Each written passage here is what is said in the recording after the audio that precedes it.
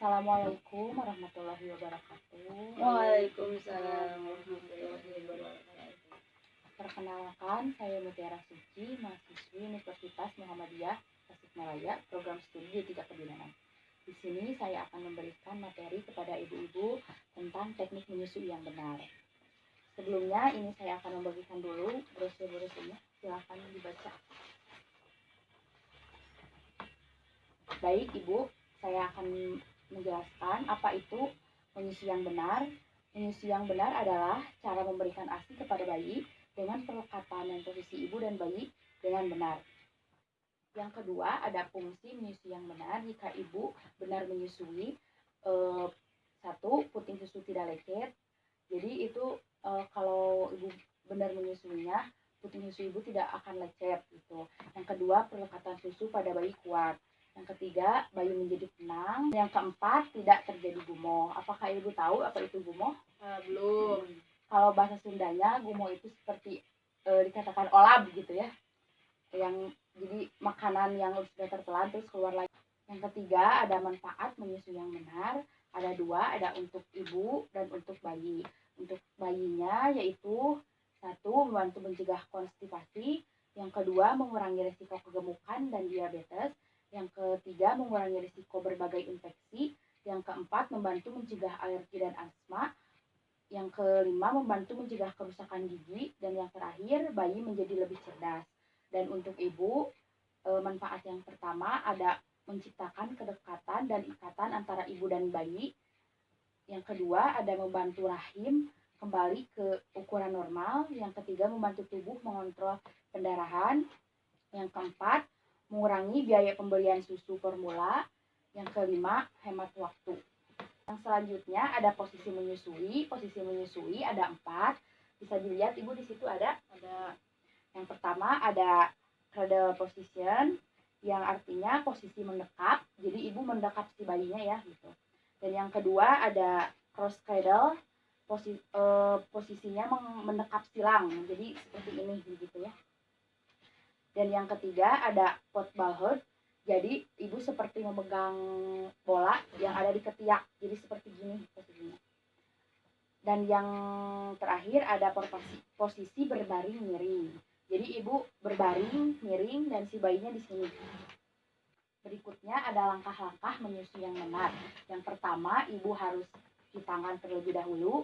Yang kedua, ibu peras sedikit ASI ibu, terus dioleskan terhadap puting ibu. Yang ketiga, ibu duduk atau berbaring, posisi senyaman mungkin.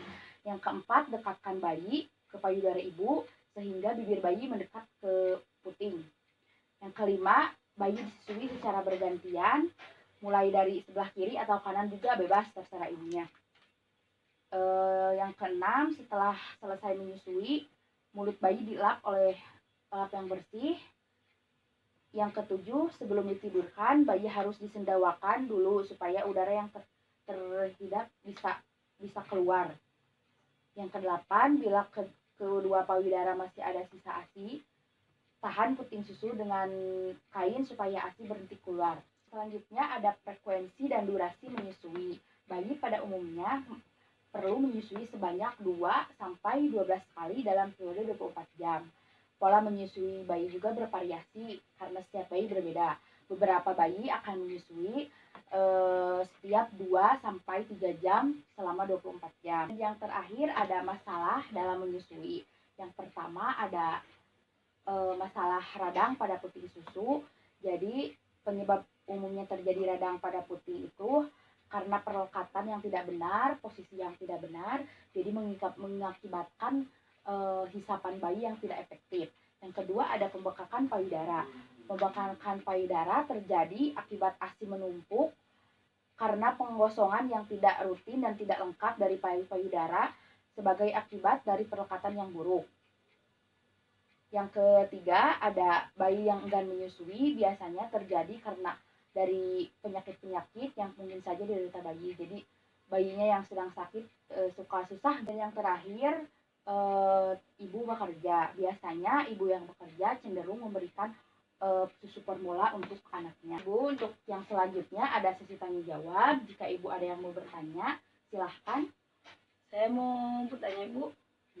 bagaimana cara mengatasi puting yang suka nyeri gitu?